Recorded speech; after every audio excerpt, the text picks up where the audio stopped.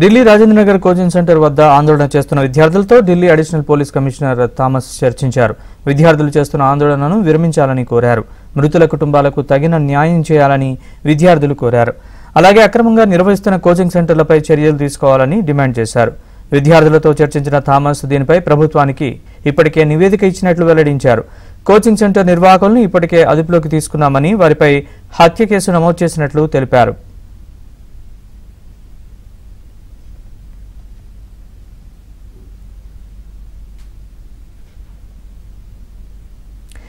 ఇదే అంశానికి సంబంధించి పూర్తి సమాచారాన్ని మా ప్రతినిధి సతీష్ అడిగి తెలుసుకుందాం.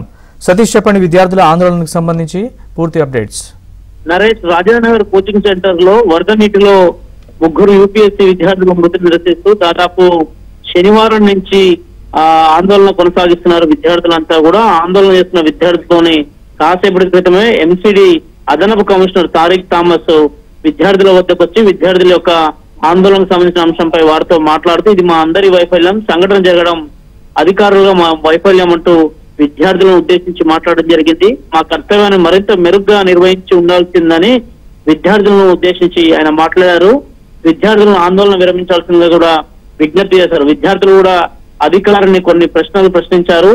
పర్మిషన్లు ఏ విధంగా ఇచ్చారు, ఇలాంటి పర్మిషన్లు ఇవ్వడం వల్లనే అమాయక విద్యార్థులు మృతి చెందారనే అంశాన్ని కూడా చెప్తే తాను పూర్తిగా కూడా ఈ అంశం పైన ఇప్పటికే కేంద్ర ప్రభుత్వం ఒక కమిటీని వేసిన కమిటీ 30 రోజుల్లో నివేదికను ఇవ్వాల్సింది కూడా విజ్ఞప్తి. కమిటీకి అన్ని అంశాలను వివరిస్తామనే అంశాన్ని కూడా విద్యార్థులకు నచ్చజెప్పే ప్రయత్నం చేశారు. ఆందోళన విరమించాల్సిందిగా కూడా కోరడం జరిగింది. శనివారం సాయంత్రం జరిగిన ఘటన నిరసిస్తూ అంటే ఇప్పటి వరకు కూడా దాదాపు 4-5 రోజుల నుంచి కూడా పెద్ద ఎత్తున కూడా యూపీఎస్సీకి సంబంధించి ప్రిపేర్ అవుతున్న విద్యార్థులంతా కూడా ఆ రాజేంద్ర నగర్ సెంటర్ ముందే ఆందోళన వ్యక్తం చేస్తున్నారు. అనేక మంది అధికారులు వచ్చి నచ్చజెప్పే ప్రయత్నం చేసినప్పటికి కూడా విద్యార్థులు తమ డిమాండ్లను నెరవేర్చాల్సింది, ముఖ్యంగా బేస్మెంట్ సెల్లార్ లో ఉన్న లైబ్రరీలను అన్నింటినీ కూడా మూసివేయాల్సిందిగా ఇల్లీగల్ కన్స్ట్రక్షన్స్ పైన పూర్తిగా కూడా చర్యలు తీసుకోవాలి.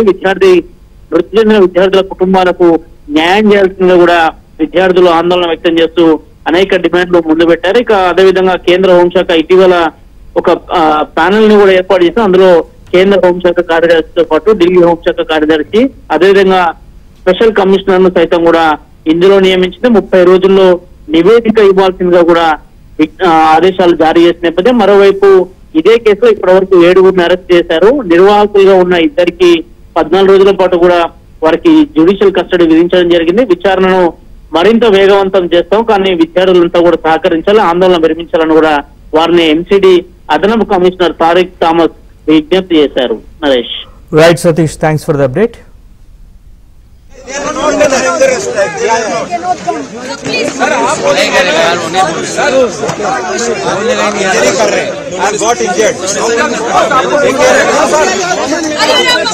बोलना पड़ेगा, जिम्मेदारी है,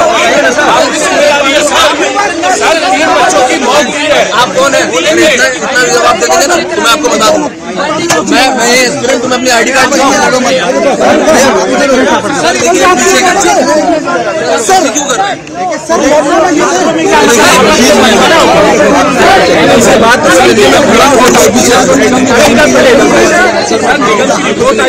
तो बोलिए सर। आप लोग जो रिपोर्ट है उस पर क्या